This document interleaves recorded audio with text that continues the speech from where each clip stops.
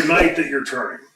All I knew, you and the other girls, Peaches and Beulah and Kimona, when later when she would come, all the girls that were there, you guys all dressed upstairs, like sort of in that as private could be up kind there. of. I mean, but I had all I knew was that you were going to pull your skirt down. There was going to be something franchised. I had no idea what it looked like, what it was. So Paul calls me, I think a week prior. Yeah.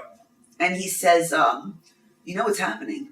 Now we're building this up, and I'm so naive. Still, I don't even know. I don't know what's happening, right? Yeah. And we're doing little things. Like I remember when I did it, I didn't know what the significance was to it, but they had me like walk out and then walk back to the curtain, and it was like you were whispering in my ear, but we never saw you. Yeah. Remember that? Yeah.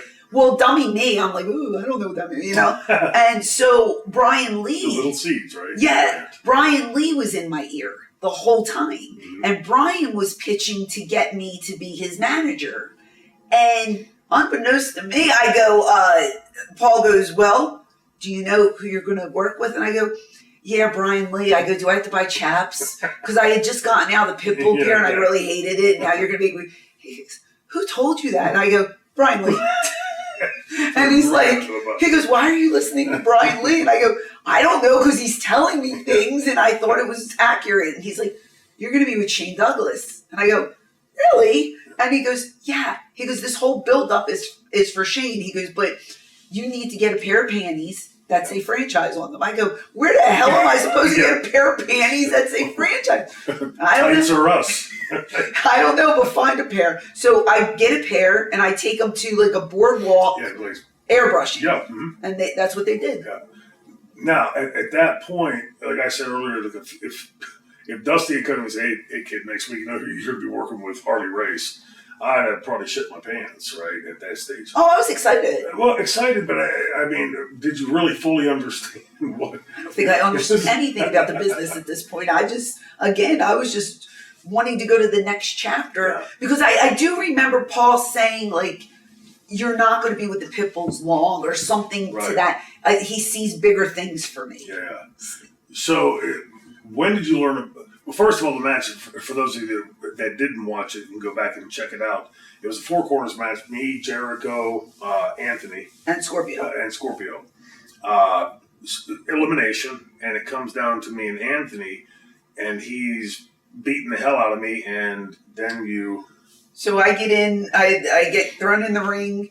And I have the powder. The baggie is so small.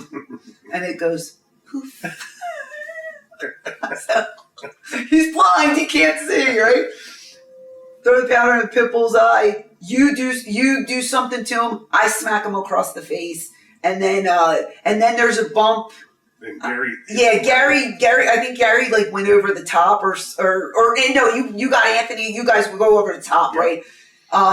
Gary comes in, and before that, I do the deal with the skirt. Yes. I turn around to hard camera. I make sure that the name I is. was on the floor. I make sure that they see the franchise. I turn it to the people. I smack my ass a couple times. Here comes Gary. The table spot's happening. So, I was going to shit my pants. I was so scared. Well, at first, I mean, for anybody that's a worker out there knows this, but for those of you that aren't, that is not an easy bump. It's a dangerous bump, regardless who takes it, especially for somebody that was still fairly young in the business and not had a huge amount of training. And because you were, 110 pounds? At this point, I think I got up to 117, but I was still tiny. I know, right? Chubs. She had to gain that to break the table, right? Right, yeah, sure. But yeah, scary bump. Scary bump. But like Paul was, he told me about it. I think he didn't tell me until like the night before. Yeah. Because I don't think he told me a week prior. I can't remember how much notice he gave me, but I think he was selling it like, you're going to be the first girl to ever do this, and it's going to be great, and everybody's going to know your name, and blah, blah, and I'm like, we're going to throw you off the Empire State, but you're going to be the first woman to ever do it. Don't worry about it. Trust me. But I remember the night before, I didn't sleep a wink. I was so scared. And I remember us going over everything in the back, and I was just shitting a brick. Well, I had gone to them and tried to think of something else we could do. 'Cause I thought that was a little bit Too much. too dangerous. Really? Right? But Well, thanks for the try. Yeah. It didn't work out. I gave it a try. Yeah. The pop, when you went there, when I looked and saw it, realized that when you rolled away, I knew you were okay. And the pop was the biggest pop to that point I'd ever heard. It was explosive. It was good. Did you hear it, or were you just so focused on I the don't pop? think I heard it that night. I watched it back and realized, I think it was like, I was so scared and in my own head. It was, when I hit, it was just like relief. Yeah. All I could hear is, thank God, thank you, God, thank you. And she gets up and a piece of the table starts. Go sticking out of my head, you know? But it was such a relief to be done.